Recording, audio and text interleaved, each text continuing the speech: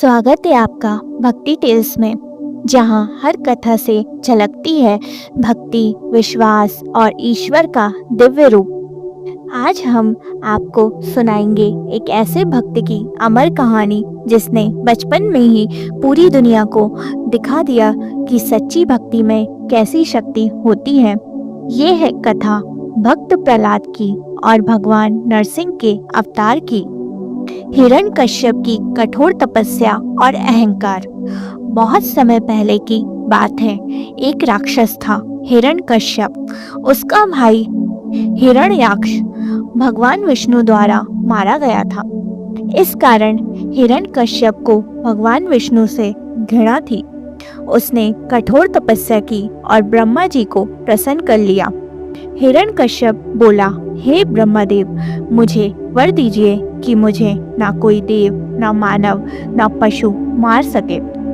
न दिन में मरूं, न रात में, न घर में, न बाहर, न धरती पर, न आकाश में, न किसी शस्त्र से मेरा वध हो। ब्रह्मा जी ने ये वरदान दे दिया और यही वरदान बना उसके अहंकार और अधर्म का कारण।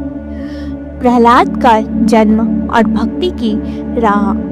हिरण्यकश्यप का पुत्र हुआ प्रहलाद, लेकिन विपरीत परिस्थितियों में भी वह बचपन से ही भगवान विष्णु का परम भक्त बन गया। वह हर समय नारायण नारायण जपता रहता। हिरण्यकश्यप को जब ये ज्ञात हुआ कि उसका पुत्र उसी विष्णु की भक्ति कर रहा है जिससे वह घृणा करता है, तो उसका क्रोध भड़क उठा।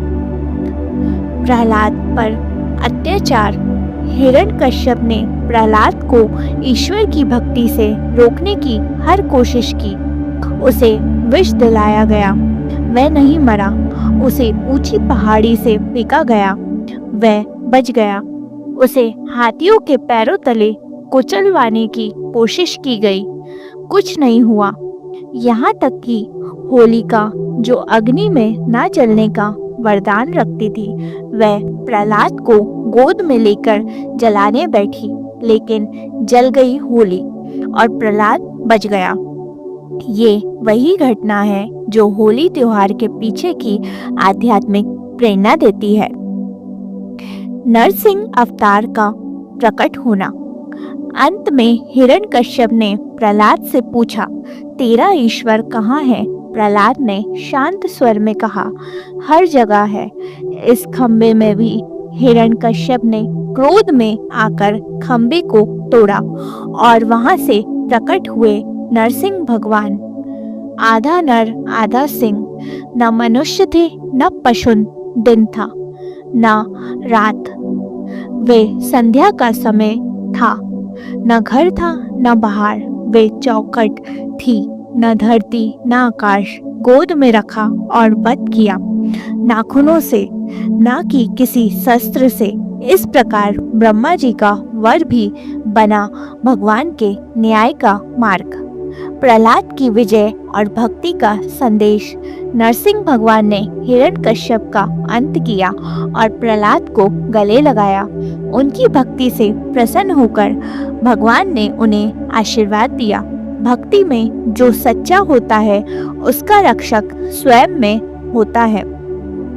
ये कथा हमें क्या सिखाती है? सच्ची भक्ति में उम्र नहीं देखी जाती। प्रहलाद तो एक बालक था। जब मन में श्रद्धा हो तो संसार की कोई शक्ति आपका कुछ नहीं बिगाड़ सकती। ईश्वर हर जगह है, हर खंबे में, हर दिल में। और सबसे महत्वपूर्ण, अहंकार का अंत निश्चित है और धर्म की विजय सदा होती है।